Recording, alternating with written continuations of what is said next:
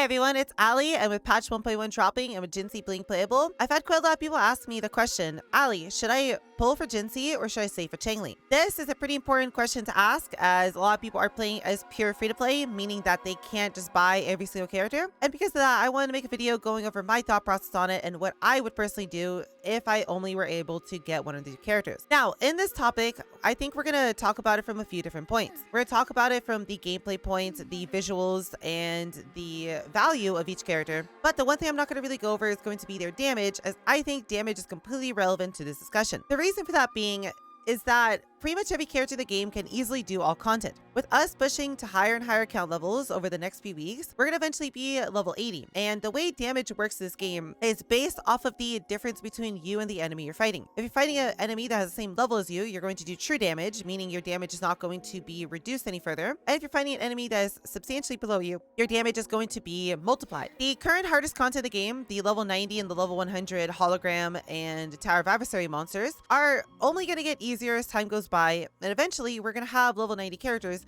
meaning that we are effectively going to do true damage against everything. Because everything is balanced to be around the same DPS, and for the sake of this discussion, we're going to only talk about S0 characters. We're not going to assume you have any additional sequences on either of the two. They're all going to be fairly around the same DPS, meaning that you will easily be able to do all content with everything. Obviously, some characters are going to excel for some bosses than others. For example, a Resonator character might struggle a little bit more on Memphis versus a melee character that can parry. But given that both of them are going to be melee characters, it's not going to be really relevant in this case. With that said, let's actually talk about the main points here. The first thing I would probably consider the most is going to be the character themselves. Which one do I like more visually? Which one is more appealing to me? Which one do I like the story of more? With 1.1 being released, we saw the story of both Jinshi and Changli. I don't think Jinshi is going to get a companion quest, as well all of 1.1 is effectively her companion quest, but Changli on launch might get a companion quest, as her role in the story was kind of a minor one, and we didn't really get to know much about her. They most likely will expand with her addition in about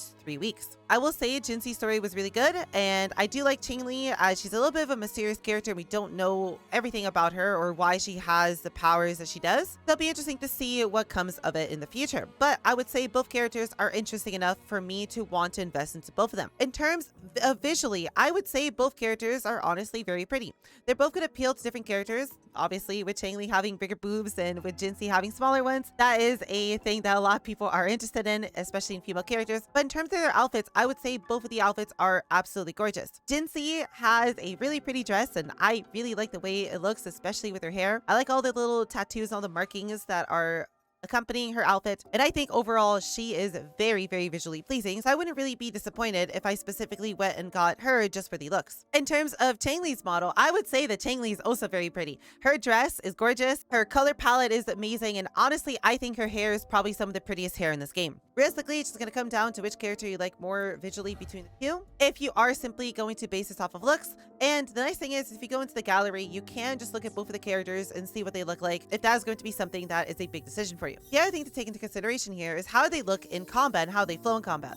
Well, I would say Jinshi's abilities in combat are really pretty, and the way she flows and the way she uses all of her abilities just honestly are visually stunning.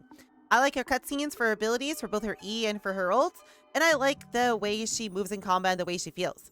She doesn't really feel bad for being a broadsword character, as her attacks feel very fluid and it's very easy to dodge. But the only thing I would complain about her is, while she is in her empowered form during her E and she's in the air, dodging with her does feel a little bit awkward, as she does tend to do this weird animation where it feels very delayed for us to be able to dodge, and you just have to kind of get used to the timing of how her dodges work midair.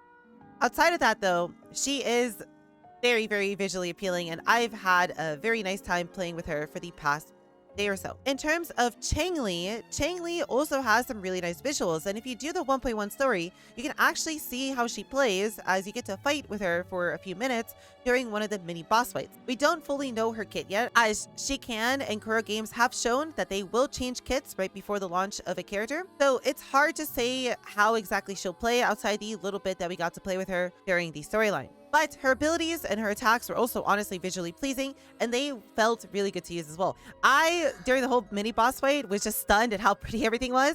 And then when I pressed her ult, my god, her ult was really, really pretty. I would say in terms of combat flow, Jinshi looks a little bit prettier, but in terms of abilities themselves, Changli's are a lot prettier, especially her ult. Her ult and the artwork for it is just gorgeous. The other thing to take into consideration here is the future use case of the characters. Jinshi is the first 5-star Spectro character that is meant to be a main DPS. Sure, we also have Spectro Rover, but honestly, I would say Spectro Rover is more of a hybrid, as she gets a 20% Spectro damage shred on her S6, which you can unlock with the addition of 1.1. And her outro honestly really makes her really good support for other characters, massively slowing down time around your next character for a few seconds. She's not going to really do impressive amounts of DPS, so realistically, if you want a long-term Spectro character, Jinshi is by far the best option. The reason we want to care about doing multiple damage types is because in the future, we might get a new game mode that really incentivizes you to do multiple damage types. The other thing to keep in mind is that certain bosses will have resistance to different types of damage. For example, if you're doing tower, let's say all you have is Encore as your main DPS. Well, 1 week, they might add in Inferno Rider as one of the middle tower boss fights,